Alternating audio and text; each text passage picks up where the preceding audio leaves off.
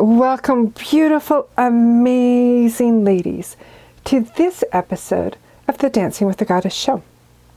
I'm your priestess, Tora Moon, and I empower women through the feminine divine.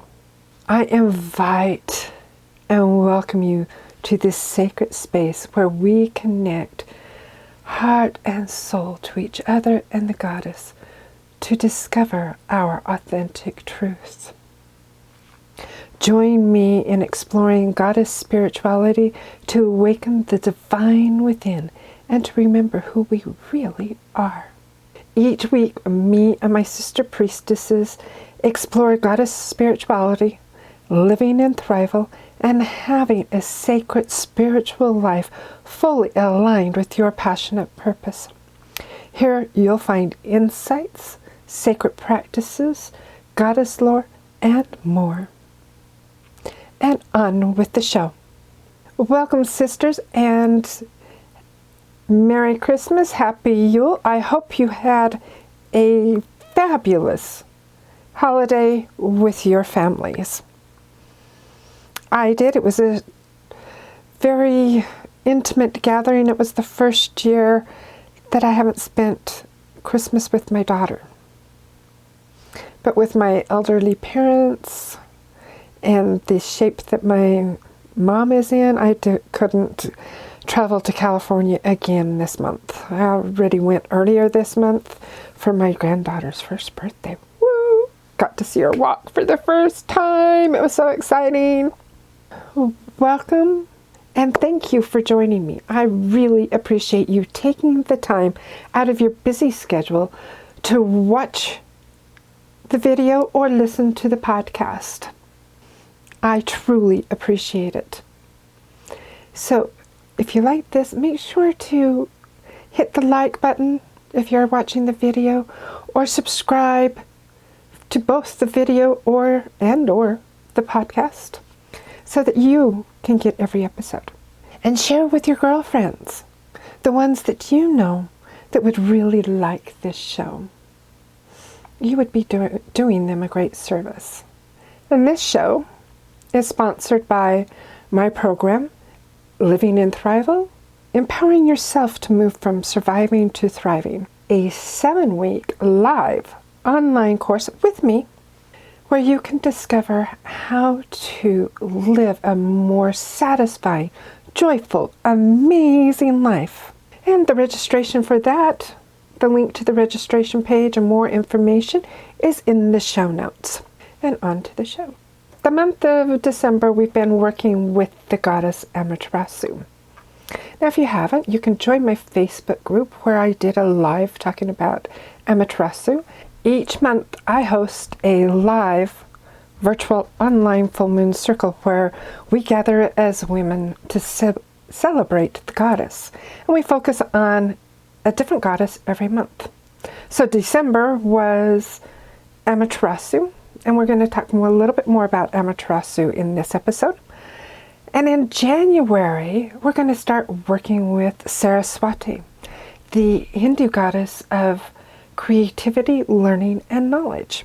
And I thought that was a great one to start the year with and start the decade. So if you would like more information about the full moon circles, which are only open to women, then the link to that is also in the show notes.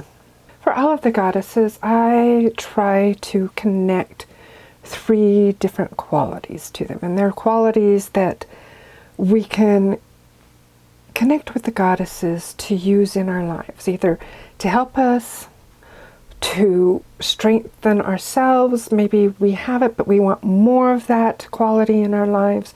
Or if we don't feel like we've got it at all, then we can call on that goddess to help us become in alignment with those qualities.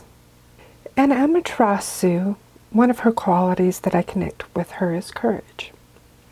Because she really had to have courage to leave the safety of her cave and return to the world. Are you letting the fear of the unknown stop you? Are the demons of doubt holding you back? Fear of the unknown can stop us from doing or having or being whatever we desire.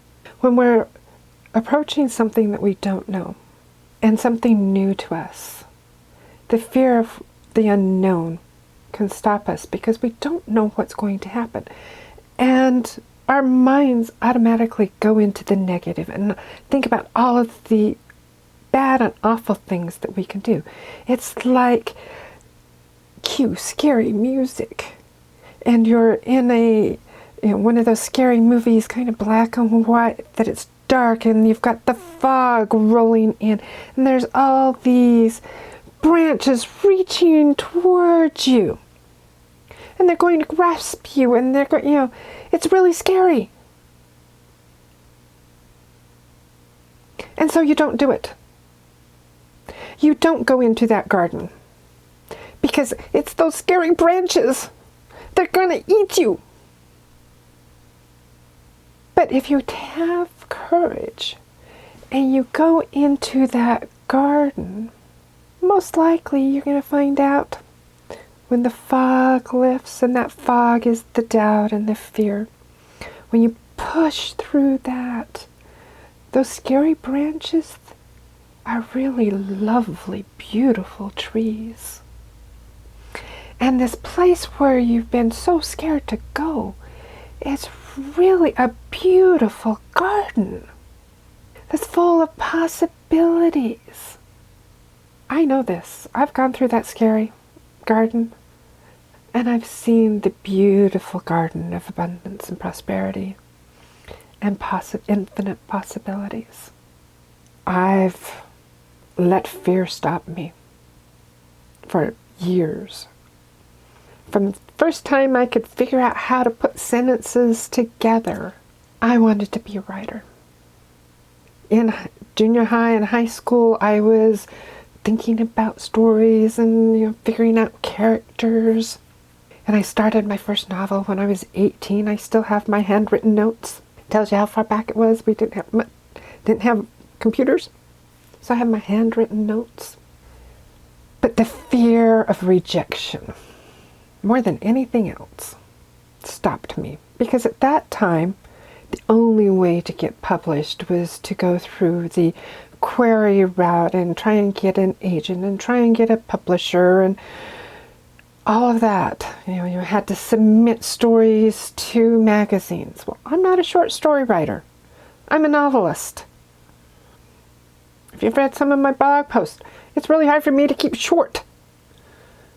Writing short stories isn't my thing, but that's the way back in the 80s that was the only way for you to get published.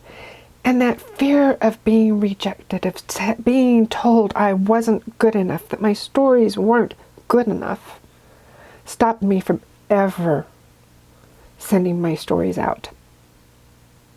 But I still wrote. It was still a deep passion, and I still have that deep passion for story and putting words together and discovering characters and how they react and watching that movie in my head and then transcribing it onto paper.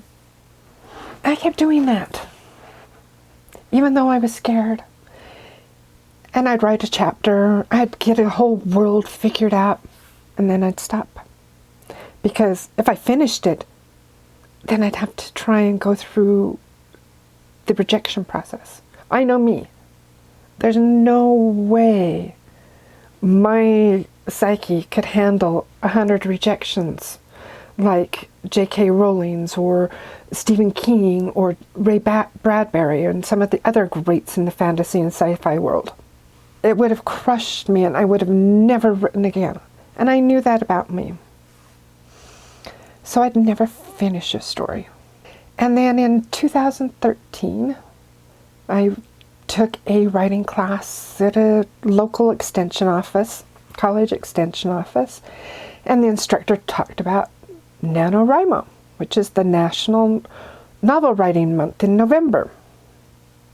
I went, oh, maybe that will spur me to finish a novel. I've got one novel that I started that's the genesis for it is the White Buffalo Woman myth and bringing the sacred pipe. And that one I had finished, and it had taken me like 20 years to write. And I wanted to write something that I thought was more commercial. So I got with my sister, who had always talked about writing. And so we got together and challenged each other to do the NaNoWriMo, which is 50,000 words in 1 month. Which for some people is a lot. For other people, they do that in a week. I don't know how. That's not me. And I finished that novel. And at the same time, I started hearing about this new industry called indie publishing. And so I'm a projector, and I'm in the wealth dynamics. I'm a lord, which is systems. So I dive deep into learning everything. So I learned everything I could about the indie publishing business and published that first novel, which is Ancient Enemies. And I've gone on to publish the rest of that series, and it's complete. It's 5 books. And that's how I overcame that fear. And that fear of not being good enough and of being rejected. And I have really good reviews on my story that people like it. They're buying it. Even though it's a little offbeat. You know, I have women that use magic, the men that shapeshift, and an epic fantasy set on another world. And in book 3 I have an alien invasion. Yeah, I did that. I like mixing things up and doing things differently. And that's what the story called for, so that's what I did. So I challenge you, what is fear stopping you do? What is in your heart that you really, really want to do, that you love doing, but because of the fear of rejection or of not being good enough, that you haven't done it? Write in the comments in the video, or you can send me an email, or go onto the Facebook group and tell me, what is it that is just burning in your heart that you want to do, that fear is stopping you? And if you need help, I can help you figure out what that first step is to get out of that fear so that you can do it.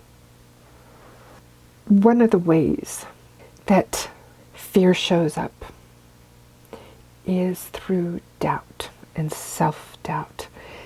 And the demons of self-doubt hide behind the imposter syndrome. You know, who am I to be doing XYZ? Fill in the blank. I'm not good enough. I don't know enough. I'm not worthy. I don't deserve to do it. And then you start doing comparisonitis, and then you start looking at another person and you go, well, I can't do it because she does it so much better.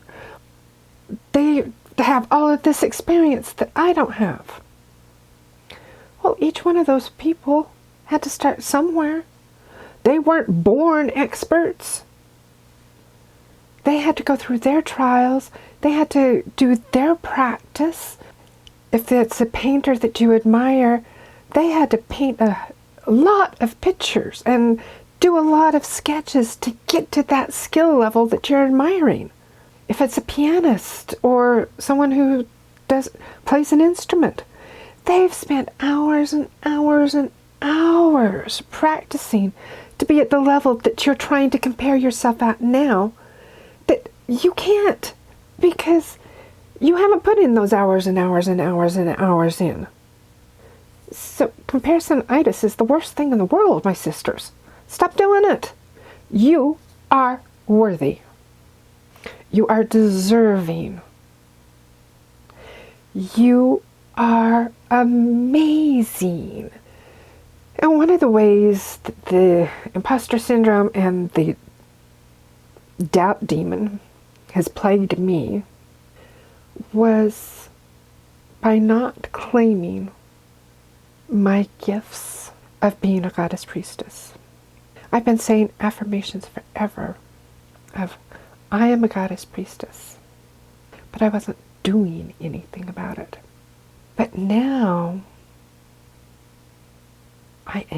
I'm stepping into that power. I'm destroying that doubt demon. It's like I have the capability to be a goddess priestess, to guide and mentor women in their spiritual growth, to guide them into living in thrival and their greatest life. I can use my 27 years of accounting and CPA and CFO experience to help women live their dream and make that transition from corporate to entrepreneur, and grow and nurture their sacred businesses.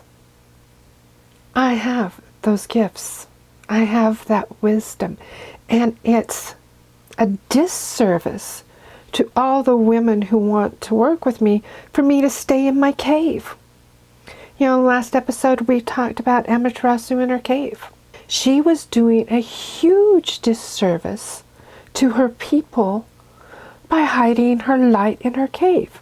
The world fell into darkness. It was cold. People were dying. Animals were dying. Plants were dying.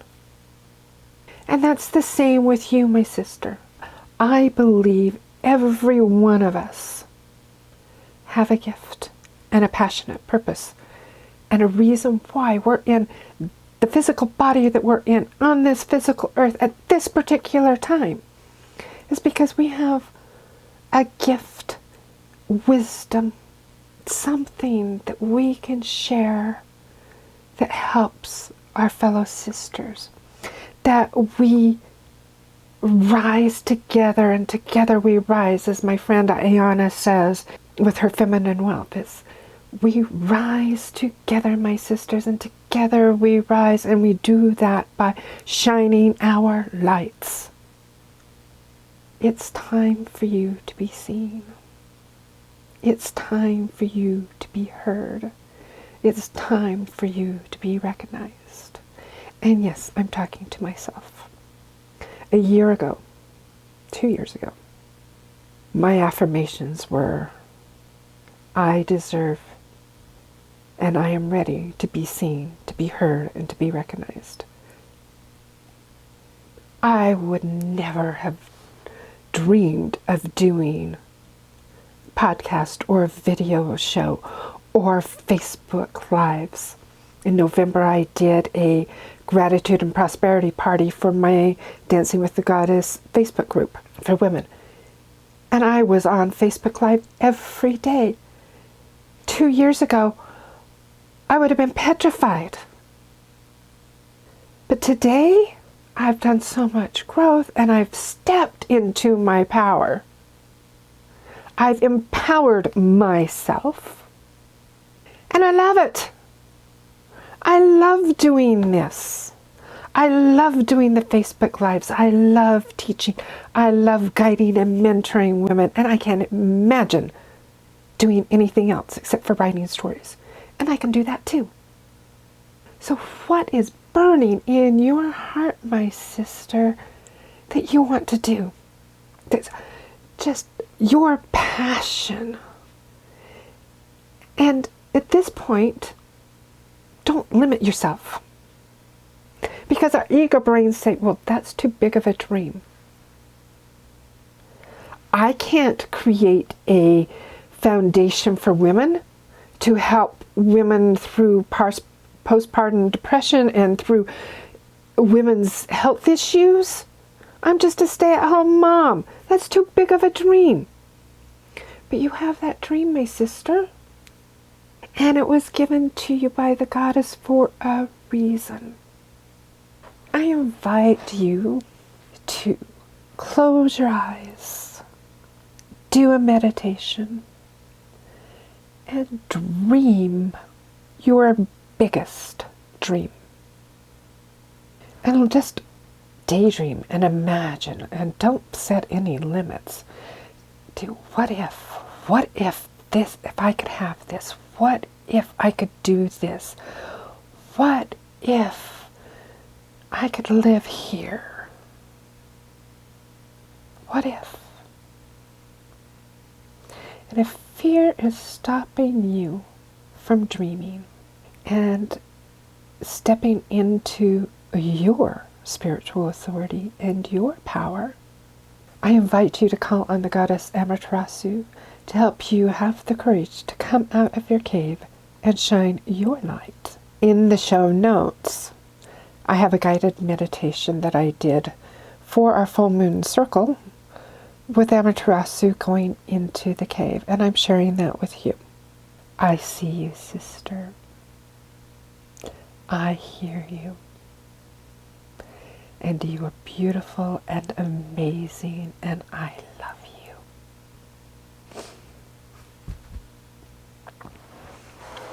The world needs your light. The world needs my light. Thank you. Thank you. Thank you for watching. Thank you for listening. I appreciate you. I appreciate your light. I appreciate you being part of my community. Please leave a review, do a like, subscribe to the YouTube channel or the podcast so that you don't miss any of these. I will see you next week. May you dance with the goddess in love and joy. Love you. Bye.